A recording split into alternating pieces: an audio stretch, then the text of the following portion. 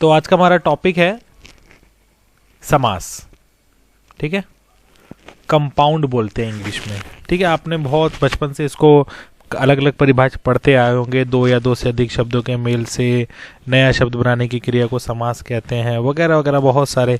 ठीक है, और इसमें जो इम्पोर्टेंट है वो बता रहा हूँ। ठीक है, परिभाषा पे नहीं जा रहे हैं, इंपॉर्टेंट चीज आ रहा है कि समास में कम से कम दो पद होने बहुत जरूरी है। ठीक है, कम से कम बोला है, दो पद होने। दो पद कौन कौन से? पूर्व पद और उत्तर पद। ठीक है, पूर्व पद मतलब जो कि किसी भी शब्द में जो पहला पद होता है, ठीक है, कंप्लीट जो मीनिंग दे। ठीक है ना, और ऐसे ही उत्तर पद होता है पीछे का जो कि कंप्लीट मीनिंग दे। देखिए, तभी आप उसको विग्रह कर पाएंगे। समझ रहा है मेरी बात? अगर आपने समास का विग्रह कर दिया और उसका अर्थ नहीं निकला तो उसका मतलब है कि उसमें आपने समास में गड़बड़ कर दिया, या उसमें उसका विग्रह नहीं भी हो सकता है। ऐसा भी हो सकता है कि उसका विग्रह ना हो। क्लियर? समझ में आ गई बात? चलिए शुरू करते हैं। तो इधर देख सकते हैं कि ये समास के जो मुख्य 6 भेद भी हैं: तत्पुरुष, कर्मधारय, दिगु, बहुव्रीहि, द्वंद्व और अव्ययी। क्लियर? तो अभी देखिए इंपॉर्टेंट क्या है कि जब मैंने कोई शब्द लिखा, क्लियर, एक मेरी बात समझना, कि जैसे मान लीजिए मैंने कोई शब्द लिखा, जैसे मान लो लिखा मैंने देशवासी। ठीक है, तो इसमें देखिए ये हमने इसको अलग अलग कर देंगे अब। क्लियर? अब देखिए ये जो है हमारा, ये कौन सा पद है? ये पूर्व पद है। और ये कौन सा पद है? ये उत्तर पद है। तो देखिए आपको विग्रह ऐसे करना होता है जिसका अर्थ निकलता हो। इसका अर्थ निकल रहा पूरा पूरा, इट मीन्स ये पूर्व पद है, और वासी रहने वाले को बोलते हैं, तो ये भी उत्तर पद है। क्लियर हो गए? तभी इसमें समास बनेगा। ठीक है, तो इसीलिए कंफ्यूज मत होना। जो आज पहली बार सुन रहे हैं पूर्व पद और उत्तर पद, उसको देख के आप कंफ्यूज ना हो। तो इसमें जो अब इसमें आती है प्रधानता की बात। ठीक है, प्रधानता की बात। तो देखेंगे जैसे तत्पुरुष है, तो तत्पुरुष में कौन प्रधान होता है? उत्तर पद, मतलब सेकंड। देखिए उत्तर पद के अलावा आपको इस ये वाला शब्द भी मिल सकता है। ठीक है ना? ठीक है, और हाँ जी, और पूर्व पद की जगह पे आपको प्राथमिक भी मिल सकता है। तो इसलिए कंफ्यूज नहीं होना, डिपेंड करता है एग्जामिनर पे किस तरह का शब्द वो यूज कर रहे हैं। ठीक है, आगे बढ़े। तो अब देखिए ये 3 ऐसे हैं जिनके उत्तर पद प्रधान होते हैं: तत्पुरुष, कर्मधारय और दिगु। ठीक है, दिगु थोड़ा सा टाइपिंग में अगर मैं कहूं आपको, तो आपको इस तरह से इसको याद रखना है। ठीक है, दिगु। क्लियर? आगे बढ़े। तो इन तीनों में उत्तर पद होता है हमारा प्रधान। अब आगे देखते हैं बहुव्रीहि क्या होता है। व्रीहि और व्रीहि दो तरह से इसको जान सकते हैं। दोनों में से कोई भी पद प्रधान ना हो, बल्कि क्या होगा? कोई अन्य पद प्रधान होगा। ठीक है, यानी कि कोई भी पद प्रधान नहीं होगा। जो पद है, ठीक है, ना तो ये होगा ना ये होगा। ठीक है, कौन सा हो जाएगा? ये वाला। क्लियर? इसको ऐसे समझिए। ठीक है, द्वंद्व समास क्या होता है? द्वंद्व को भी ठीक से लिखने की कोशिश करता हूं, एक सेकंड मुझे दीजिएगा। ठीक है, कभी कभी कुछ चीजें टाइपिंग से भी नहीं आ पाती। द्वंद्व। ठीक है, द्वंद्व समास, तो इसमें क्या होता है? दोनों पद प्रधान होते हैं। दोनों पद प्रधान होते हैं। ठीक है, और अव्यय भाव में क्या होता है? अव्यय भाव में सिर्फ पूर्व पद। याद रखना कि केवल मात्र अव्यय भाव ही एक ऐसा है जिसमें पूर्व पद प्रधान होता है। समझ में आ गई बात? कई तरह से प्रश्न पूछ सकता है इसमें। ठीक है बेटा, चलिए प्रश्न करते हैं आज के हमारे टॉप 10 क्वेश्चन, जो कि अलग अलग परीक्षाओं में यहाँ पर इकट्ठे करके आपके सामने लेकर आए। चलिए, पहला प्रश्न, आमरण शब्द किसका उदाहरण है? आमरण। ठीक है, आमरण। तो इसमें अगर आप देखेंगे तो इसमें जो अब ये आप पहचानने की बात ये है कि आपको ये पहचानना है कि आ प्लस मरण। ठीक है, देखिए इसी से हो जाएगा हमारा। जिसको समास नहीं भी आता ना, वो बस वो पूर्व पद और उत्तर पद की प्रधानता पे ध्यान दे बस। क्लियर? तो आमरण का मतलब हुआ, इसका जो अर्थ हुआ वो क्या हुआ? मरण तक। ठीक है, है ना, मरण तक। तो अब देखिए मरण, मरण तो सिंपल है, मतलब मरण तो एक जनरल शब्द हो गया, क्लियर। पर आ उसमें जो है वो क्या है, प्रधान है। कब तक, मरण कब तक, जब तक वो ना मर जाए, क्लियर। अब मेरी बात समझ रहे हैं, फांसी के लिए भी इस्तेमाल होता है शब्द ये, क्लियर। हाँ जी, तो इसलिए हमारा कौन सा, तो पूर्व मैंने बताया था पूर्व पद के कहां पर है, वो हमारा अवयव में, मात्र एक यही है, याद रखिएगा, ऑप्शन नंबर ए, ठीक है। चलिए प्रश्न नंबर 2 की तरफ चलते हैं। प्रश्न नंबर 2 क्या बोल रहा है, चक्रपाणी, ये जी डीएसएसबी में आया हुआ सवाल है ये, टीजीटी हिंदी में, ठीक है। चक्रपाणी में कौन सा समास है, चक्रपाणी जी बताइए। चक्रपाणी, चक्रपाणी का मतलब हुआ ना, चक्र है जिसके हाथ में चक्र को धारण करने वाला, ऐसे भी समझ सकते हैं आप। हाँ जी, अब तो समझ गए होंगे ना, बहुव्रीहि समास, ठीक है, बहुव्रीहि समास होता है, क्लियर।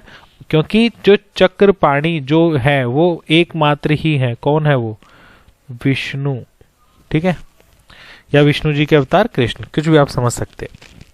तो हाँ जी, तो समझ में आ गई बात आपको कि जो विष्णु है उनको चक्रपाणी बोला जाता है, उपनाम है उनका एक, ठीक है, और वो बहुव्रीहि समास में आता है, क्योंकि इसमें ना तो पहला पद इंपॉर्टेंट हुआ, ना दूसरा हुआ, कौन सा हुआ, तीसरा हुआ। चक्र है, चक्र को धारण करने वाले, या चक्र को अपने हाथ में रखने वाले, कोई कई तरह से इस्तेमाल है, तो इसमें ना तो ये हुआ ना ये हुआ, ना तो चक्र हुआ ना पानी हुआ, क्या हुआ, तीसरा वाला, क्लियर। चलिए आगे बढ़े, क्वेश्चन नंबर 3 क्वेश्चन नंबर क्या बोल रहा है, मृगनयनी, मृगनयनी में कौन सा समास है, बताइए। मृगनयनी, हाँ जी, उसके नयन कैसे हैं, मृग जैसे हैं, मृग मतलब हिरण, डियर, ठीक है। तो जो उसके नयन है कैसे हैं, मृग जैसे हैं, तो सिंपल सा है ना, नयन कैसे है, मृग जैसे हैं, तो बहुव्रीहि समास, ठीक है, बहुव्रीहि समास, क्योंकि यहाँ पे ये किसी एक स्त्री विशेष के लिए हो गया, ठीक है, किसी स्त्री विशेष के लिए हो गया ना, तो अन्य के लिए हो गया ये, ठीक है, मृगनयनी। आगे बढ़े, क्वेश्चन नंबर 4 ये रहा आपके सामने, तत्पुरुष समास का सही उदाहरण क्या होगा, तत्पुरुष का, ठीक है। यदि आपने तत्पुरुष पढ़ा हो तो आप उसको तुरंत कर पाएंगे, और नहीं भी पढ़ा हो तो जो उसमें ऑप्शन है उसके हिसाब से भी कर सकते हैं आप, ठीक है। तो देखिए इसमें त्रिभुवन तो होगा ही नहीं, ये तो दिगु में जाता है, ठीक है ना। दिगु क्या होता है, संख्यावाचक होता है, इसका पहला पद जी। आंसर बता के चलते हैं आगे। तत्पुरुष में क्या है, तुलसी कृत, ऑप्शन नंबर सी, ठीक है, तुलसी कृत, ठीक है, क्योंकि इसमें क्या था, उत्तर पद क्या है, तत्पुरुष में आपको याद होगा उत्तर पद क्या होता है, प्रधान होता है, ठीक है, इसीलिए तुलसी, तुलसी तो नाम है पर उनके द्वारा कुछ बनाया गया है, ठीक है ना, क्या है, तुलसी कृत की जरा टाइप कर दीजिए आप, ठीक है, जीके के पर्पज से आपको याद रखना चाहिए।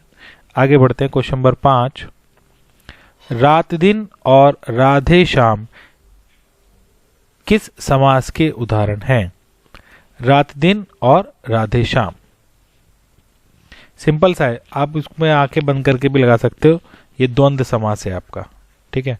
द्वंद्व समास क्या होता है, जो आपका इसमें दोनों पद प्रधान होते हैं, ठीक है ना, जैसे देखिए रात भी है और दिन भी है, ठीक है, ये भी अपनी जगह पे इंपॉर्टेंट है, ये भी अपनी जगह पे इंपॉर्टेंट है, तो इसमें द्वंद्वता होगी, द्वंद्वता मतलब है ना, कॉन्ट्रडिक्शन हो गया इसके आपस में, ठीक है, द्वंद्व लड़ाई होगी, झगड़ा, ऐसे शब्द इस्तेमाल करते हैं द्वंद्व, ठीक है। तो द्वंद्व जो है वो क्या है, ये दोनों पद प्रधान होते हैं इसीलिए, और इसमें राधे श्याम जो कि इसमें, हाँ इसमें द्वंद्व की एक पहचान आपको बताता हूँ, इसमें आपको योजक चिन्ह बनेगा, आपको पता होगा जब हमने आपको विराम चिन्ह कराए थे, ठीक है ना, तो इसमें सॉरी इसमें आपको क्या मिलेगा, योजक चिन्ह। ठीक है, योजक चिन्ह क्या होता है, ये रहा इन दोनों के बीच में। ठीक है, क्लियर। आगे बढ़े, पहचान है सबसे बड़ी, और जब ना हो तो आपको इस तरह का शब्द मिलेगा राधे श्याम। तो यानी कि क्या हो गया, राधा और श्याम। आपको विग्रह करने पर और या ये भी मिल सकता है आपको, और या और योजक चिन्ह। ठीक है, ये तीन चीजें द्वंद्व में आपको पता होनी चाहिए, तो आंख बंद तुरंत आप इसको कर सकते हैं। चलिए क्वेश्चन नंबर 6 आप कर देते हैं। क्वेश्चन नंबर 6 क्या बोल रहा है, नीलकंठ, नीला है जो कंठ, जिन इनमें कौन सा समास है। नीलकंठ, नीला है जो कंठ जी, इसमें ये बहुब्रीहि नहीं होगा। ठीक है, इसमें है कर्मधारय। ठीक है ना, कर्मधारय, क्योंकि जो कंठ है वो कैसा है, वो नीला है। पर अगर मैं इसको आगे बढ़ाता, नीला है जिसका कंठ, याद रखना, नीला है जिसका कंठ, तो क्या हो जाएंगे, शिव हो जाएंगे, विष पी लिया था, तब हमारा एक बन जाता बहुब्रीहि। पर यहां पर ऐसा कुछ तो दिया नहीं है ना, नाम नहीं दिया हुआ, शिव नहीं दिया हुआ, सिर्फ नीला है जो कंठ, सिंपल उसकी जो उसका कर्म को बताया है। ठीक है ना, इसलिए हमारे कर्मधारय समास से कंफ्यूज होने के लिए पेपर में आ जाता है, और ये आपको केवीएस में पूछा गया था टीजीटी में। ठीक है, क्लियर। आगे बढ़े, चलिए प्रश्न नंबर 7 क्या है, दोपहर और सप्ताह किस समास के उदाहरण है। देखिए मैंने आपको पहले बताया था आपको कि जो दिगु होता है, ठीक है ना, जो दिगु जो होता है ना, उसमें एक जो, जैसे मैं बताऊं, ये पहला पद, ये दूसरा पद। ठीक है, तो इसमें ये जो होगा ये नंबर होगा कोई ना कोई। ठीक है, पहला पद जो होगा ना वो नंबर होगा, समझ रहे मेरी बात, क्लियर। पहला पद क्या होगा, नंबर होगा। तो आंख बिल्कुल आपको तुरंत पकड़ लेना है। दोपहर, देखिए दोपहर हो गए, और सप्ताह, ठीक है ना, ठीक है। चलिए, हाँ जी, तो इसमें हमारा आ जाएगा दिगु, क्लियर। आगे बढ़े, चलिए प्रश्न नंबर 8 क्या बोल रहा है, बहुव्रीहि समास का सही उदाहरण क्या होगा। कमल नयन, महात्मा, पीतांबर या उपरोक्त सभी, बताइए। बेटा आप वीडियो देख रहे हैं ना, उसके बाद मतलब आप अपना काम तो वही करना है, आपको नोट करना है, और लास्ट में अपना स्कोर जो है वो कमेंट में आपको बता देना है। ठीक है, हाँ जी। तो इसमें बताया था हूँ आपको, इसमें जो बहुव्रीहि का जो उदाहरण है वो सिर्फ और सिर्फ कौन सा है, पीतांबर। ठीक है, क्लियर, ओनली पीतांबर। ठीक है, ये जो कमल है नयन, जिसके मतलब जिसके नयन जो है कमल की तरह है। ठीक है, ऐसे इसमें कोई, देखिए बहुव्रीहि का एक सबसे अच्छे उदाहरण बताता हूँ ना, ये किसी विशेष के लिए समर्पित होता है। इसमें ज्यादातर भगवानों के नाम आते हैं। ठीक है, या फिर कोई उसकी विशेष थी, बहुत चीज विशेष मतलब समझ गए, एडजेक्टिव, क्लियर। तो यहाँ पे जो है, यहाँ पे ये जो है, यहाँ पे पीतांबर जो इस्तेमाल किया गया है, ठीक है ना, और जो इसको भी छोड़े, ठीक है, उस से भी नहीं होगा ना, इसको बताता हूँ क्यों। जो कमल नयन है, नयन सिर्फ बताया, अभी किसके ये तो नहीं पता है, क्लियर, समझ रहे। तो जब ये नहीं पता है, और महात्मा जो है महान आत्मा, ठीक है, तो अब ये देखिए ये किसके लिए का है, ये भी नहीं पता है। तो जब इस तरह की चीज हो, कहीं तो है पर विशेष भी है पर नहीं कहा गया हो, तो बेटा वो होता है कर्मधारय, याद रखना, भूलना नहीं।